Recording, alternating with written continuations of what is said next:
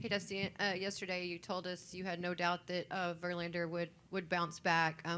Just kind of what did you see from him and how impressive is what he did tonight to you? Well, it didn't start off that way, but it was big of him to pitch out of trouble, when he got the strikeout to Donaldson. And, boy, that was huge because, this guy, he can get out of trouble. And then the strikeout to Carpenter, he dialed it up. He got it together. He was actually better between 80 and 100 than he was prior to that. And, he was dealing, especially that period of time between 80 and 100. And he found his rhythm. He found his breaking ball because he didn't have his breaking ball early. And, sometime that happens. And, he knows how to pitch. A bit further back on the left, Brian. Dusty, you guys have had all 4 of your playoff games have been very close, very tight thus far, and this is another one of those games to where it's close. And in the 6th inning, all of a sudden you're able to break it. The 7th with Pena's home run. What's it say about this team? You always mention it's somebody different. It's always somebody new, but this game kind of captured that as well. Well, it did, and we left some men on base early. They left some men on base. There's a big double play that they got with the bases loaded. And then, we just keep grinding, and, tonight we made more contact than they made. And,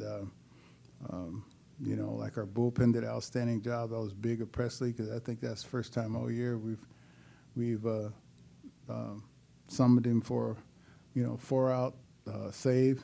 But he was really good, very good. And then we had some guys have big nights, McCormick had a big night. Maldi got us on the board.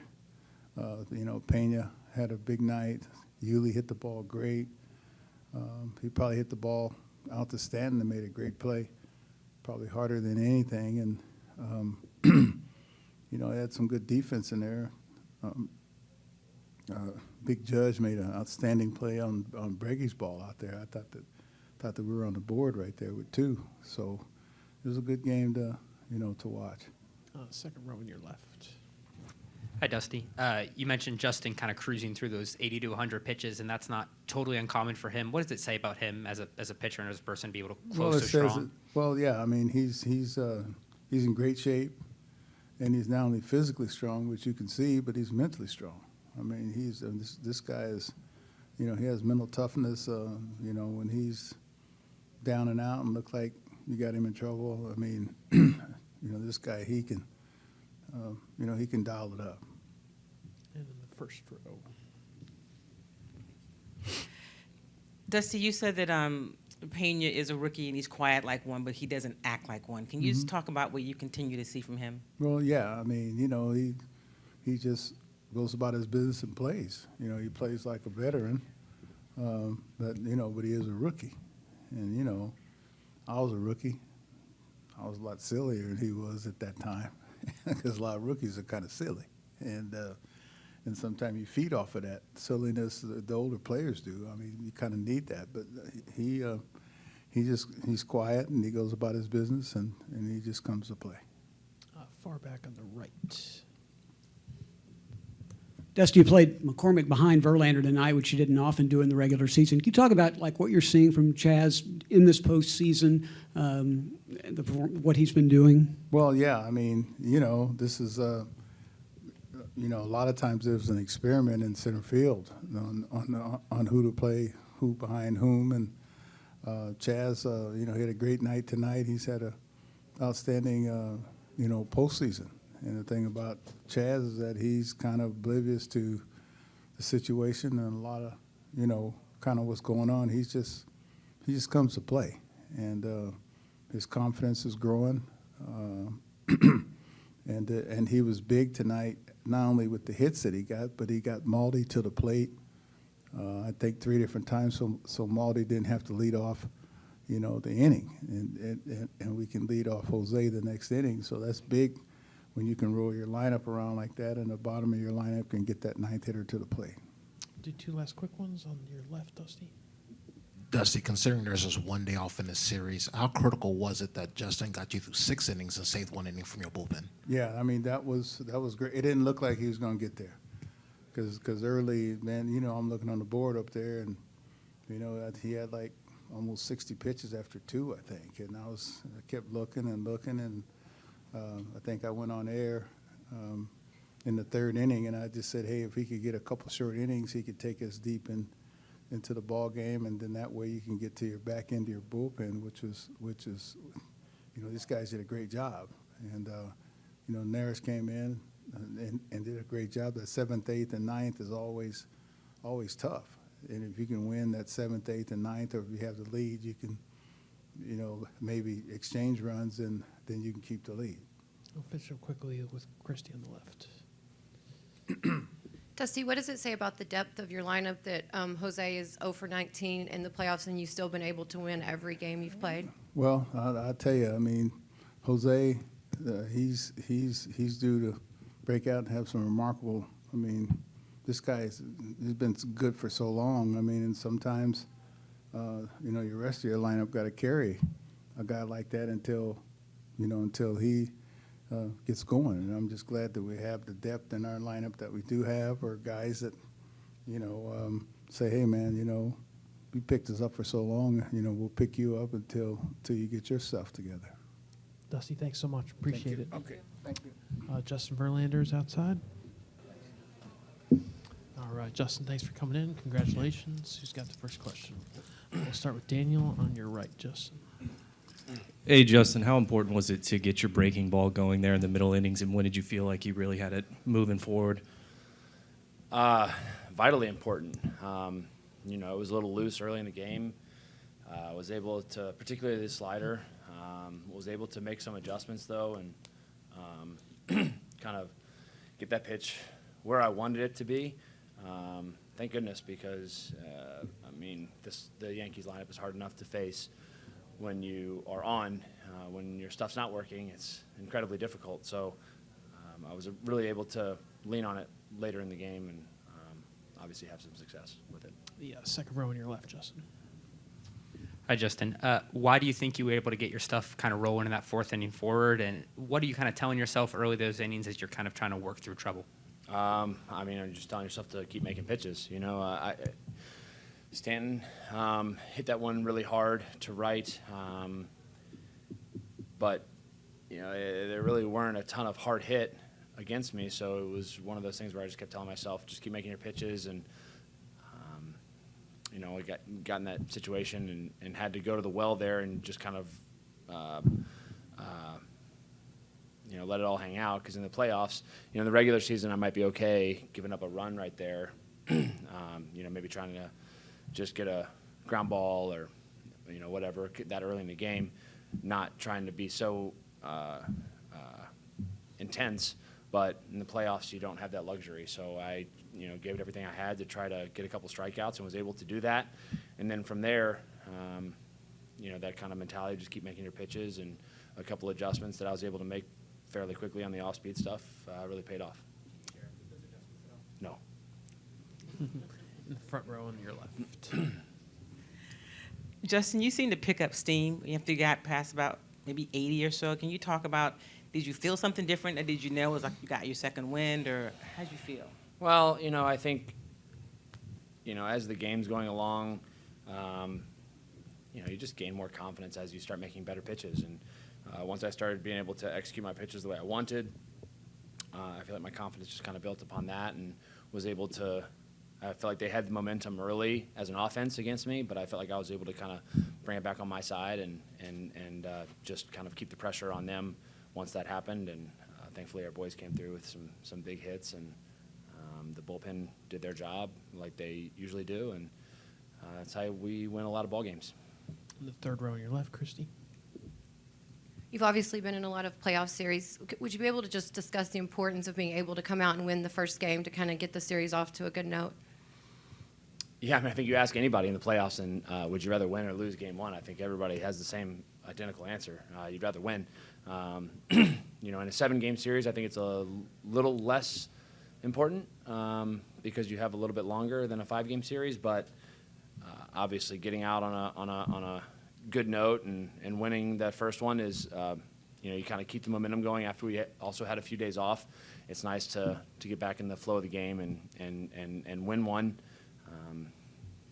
But I think I've said this before about our team, there's just zero complacency ever. And, just because we won game one, we understand that there's a hard road ahead of us still. And, we expect everybody to come out tomorrow just like it was, like we lost this game. That's the sense of urgency that we always have, and particularly in the playoffs. But, that's why I think these guys are so special, because we do that in the regular season as well. But in the playoffs, it's, taken to another level. Seated in the back right. Justin, the bottom of the third, second and third, Anthony Rizzo with a shift on is almost halfway down the line. Is that disruptive at all? Do you think, is there a chance this guy's going to try and steal home on me? Yes. Once we got to 2 strikes and Bregman shifted to the shortstop position, I did change out of the full windup to the stretch for that exact reason. I don't know. I haven't seen somebody test it yet, but, if he got much further off than he was, I feel like we have a foot race to the bag. I'm not the fleetest of foot anymore. I don't know if Anthony, if him and I would like to be in a foot race, it wouldn't be very entertaining, I don't think. I think had that not become part of the game of baseball, this last few years with how many shifts have come into play, then yes, it could become distracting, and it would be something that I would probably concern myself with. He gave a couple juke moves. I did pay attention to him, but I've gotten used to that. I've gotten accustomed to that. I think a lot of pitchers have in today's game, because it happens fairly regularly. There was a brief moment, though, where he got pretty far off, and I was like, this is a foot race, and thought about it. But instead, I just went to the stretch and decided to, do what we should do, which is focus on getting the hitter out. And what he's trying to do is take my distraction away from that, which I totally understand and have no issue, obviously no issue with. But yeah, to answer your question directly, it was not distracting for me, but it is part of the game now that I'm glad I've gotten used to before moments like this. A few more standing on the back right riser. Justin, what can you say about what Jeremy Pena has been doing, the poise that he's performing in the postseason, good at bats, coming up with big hit after big hit? Yeah, just a special kid. He's been doing it for us all year. Seems like in big spots he comes up. Even when he was struggling a little bit there for a little bit in the middle of the season, if his number was called in a big at bat, it seemed like he came through for us. So, he's got that, I don't know what it factor or whatever. That he seems to always rise to the challenge, and that's the type of players that you want in the playoffs, and he's showing why he's such a special player. A couple last ones, Greg. I think you went through a stretch where you strike out 7 of 8, and it's almost like the crowd gets into a rhythm with you, and then you feed off them, you energize them. What are you hearing on the mound as the crowd is roaring with every strikeout, and do you do you get energy from that? Does your energy level raise up as that builds? I do hear it. Quite honestly, I try to just keep my same level, though. I try not to feed on it too much. It's gotten me in some trouble in the past. Just kind of go like hair on fire, and not really pay attention to what I'm doing, what I'm seeing. I feel like what has always made me a great pitcher, just kind of taking in all the information I see and adjusting on the fly. Sometimes when you get too caught up in the moment, you probably don't pay as much attention as you should to the little details. So I really just try to keep an even flow and just keep executing pitches the way I have been, because I'm in a rhythm. One last one for Justin, and we'll finish up with Daniel. Justin, not asking you to share the mid-game adjustments that you make, but what enables you to so effectively make them at this stage in your career? I think just being in this stage of my career, I think it's difficult for younger players to make adjustments so quickly. But I think that's what veterans do. We've been around long enough. We know ourselves well enough that when something's not working, it's like I've got a checklist of things that it's like, all right, try to fix this, try to fix that, try to fix it. Did it work? Did it work? Did it work? And then you try those pitches out, or if it's a certain pitch or if it's a mechanical adjustment, particularly if it's a pitch that is not quite working the way you want it to, like one particular pitch, I think you try to find situations that you can work on it and try to fine tune it that aren't high leverage situations. 0-2, 1-2. If I want to throw the slider that wasn't working today, I can take this opportunity to bury it under the zone, where hopefully it won't get hit, but see if I can find the feel and the shape that I want from it and the reaction that I want from the hitter. When it's going really bad, though, you try to do that and it still ends up over the plate and it gets hit, like it did a couple times early for me tonight. But I think you just got to continue to try to sharpen your craft all the time. Justin, thanks a lot. Congrats on another great win. Thanks. Thank you. All right, Chaz, congratulations. Who's got the first question?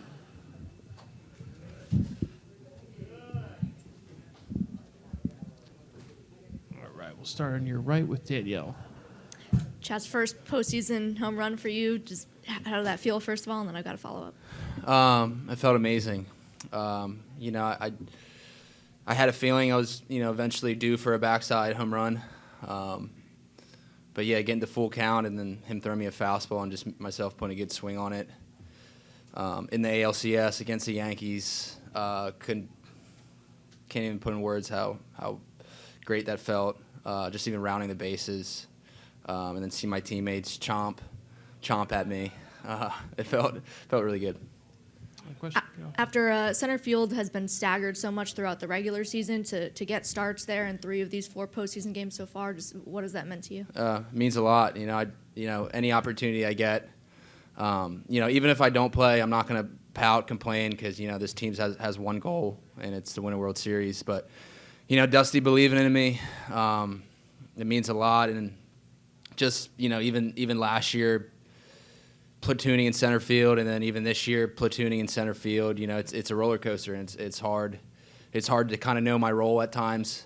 But towards the end of the year, I kind of just silenced it out, stopped thinking about it. Whenever I got my opportunity to play, I just wanted to attack it. And in the postseason, I'm happy to be playing, and hopefully it can stay that way.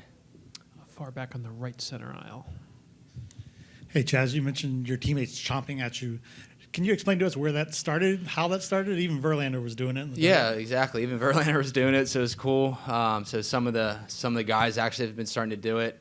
I'm not really sure how it started. I remember last year it was kind of a thing, but didn't hear it that much. And then at the end of this year, I actually spotted my eyes on the guy that does it, and he was like texting my girlfriend a couple days ago saying, "Hey, we're going to be wearing alligator suits and we're going to be starting the Chomp Chaz chant."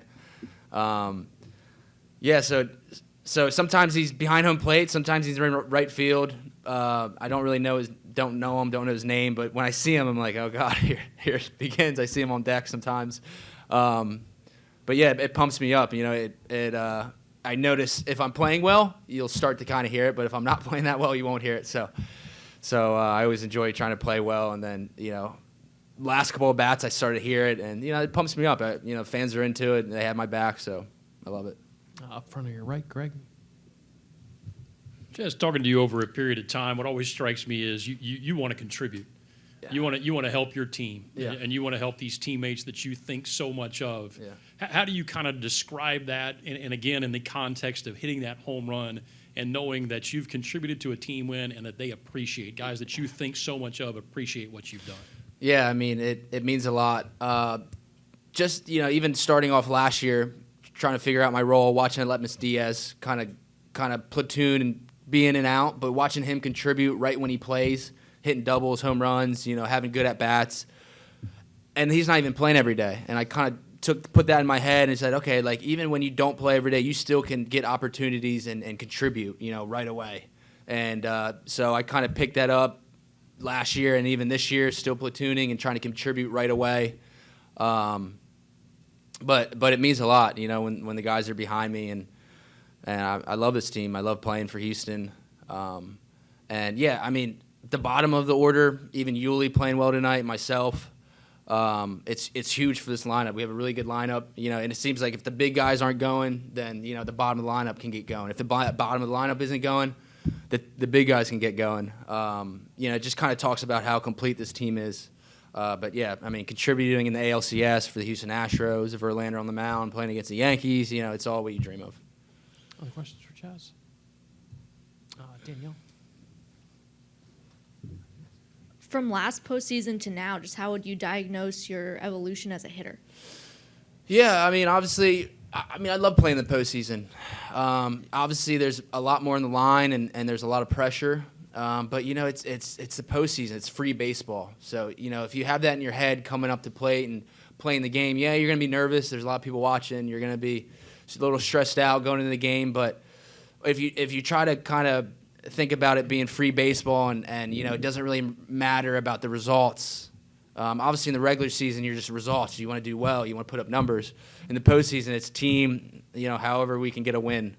So it's somewhat relaxing playing, especially just being on a good team like the Houston Astros. It's pretty simple to settle in and just being my second year in the postseason. I thought I played all right last year in the postseason.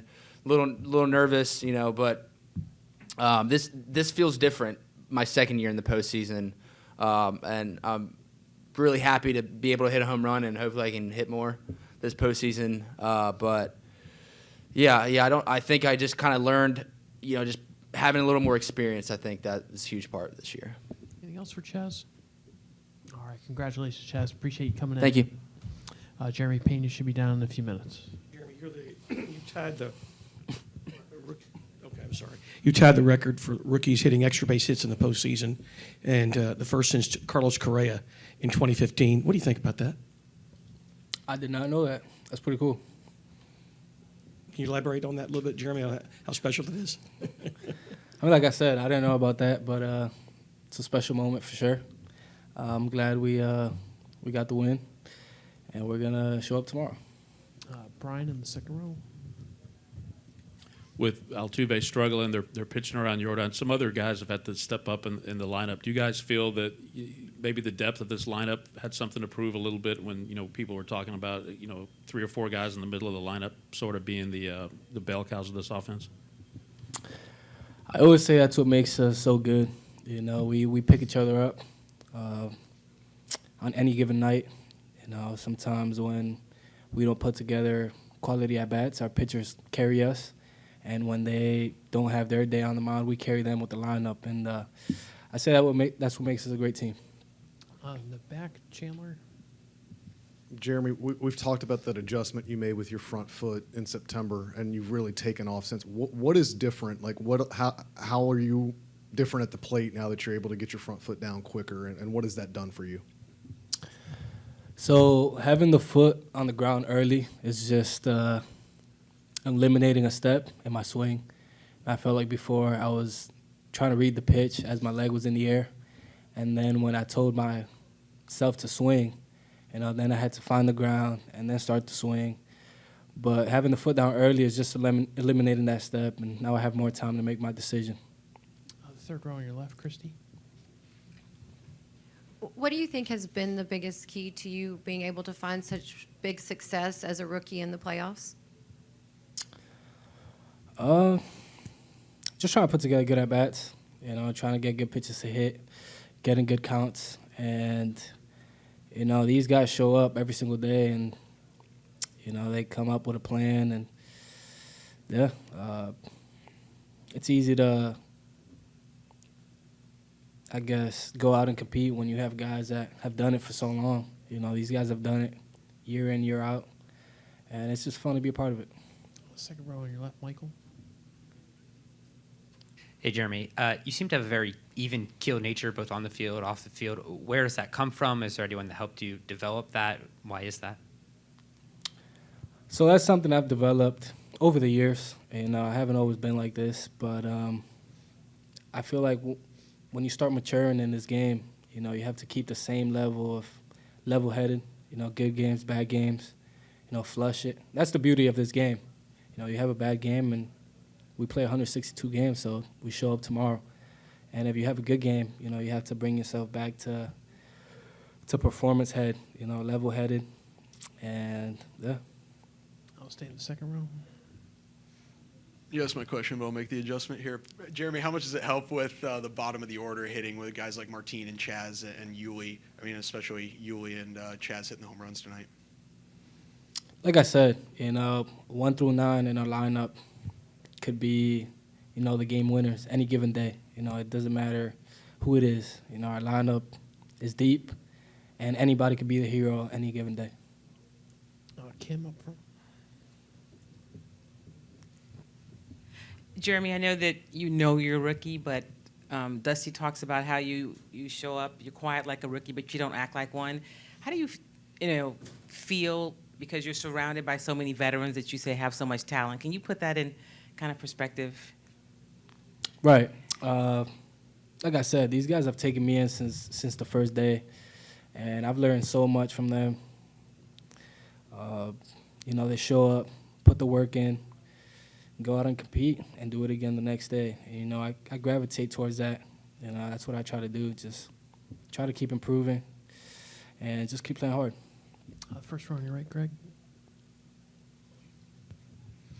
Jeremy, Chaz talked to us about the rewarding moment of rounding third and then making eye contact with guys in the dugout that he thinks so much of. Big smile. So you obviously think so much of your veteran teammates. What is it like when you round third and can see them just going absolutely wild for something you've done to help this team win this game? Right, so the goal is to obviously win the game. That's the most important part of it all. So when you get to contribute a little bit and you kind of just take that moment in and have fun with the guys, and same with them. When I feel like everyone just roots for each other on this team, and that's the chemistry we've built here. Do a few more in the second row. Jeremy, si puedes hablar un poco en español sobre de lo que ya has tocado, ¿no? El beneficio de que en la alineación 1 al 9 no todos pueden anotar, y también la importancia de comenzar con la victoria después de que fue un partido reñido. If you can just kind of touch on what you've talked about already, just the benefit of the lineup, everybody can score on this team in Spanish, please, and also just the importance of starting off with the win.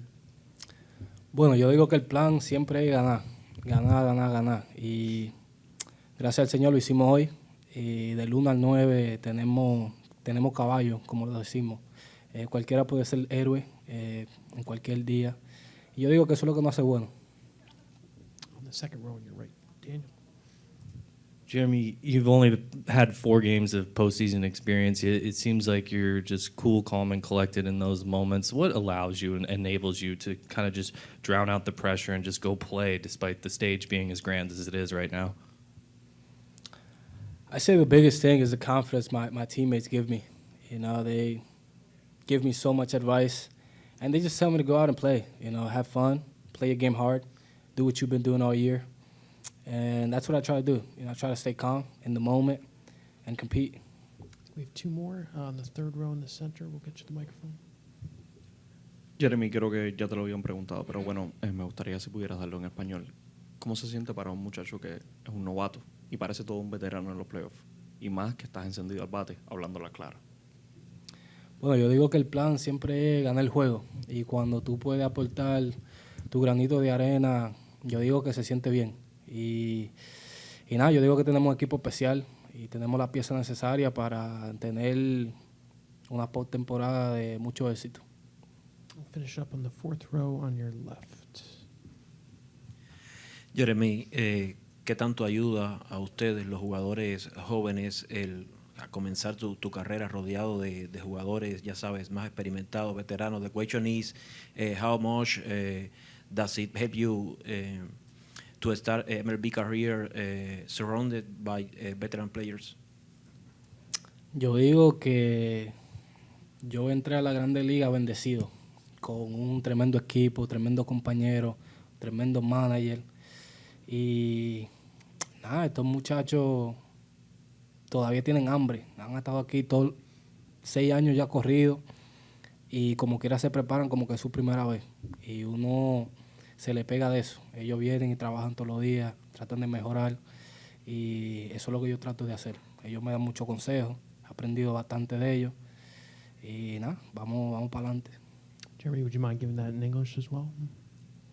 So yeah, these guys have been, they've been great. Like I said, they show up every single day. They put the work in, and you gravitate towards that.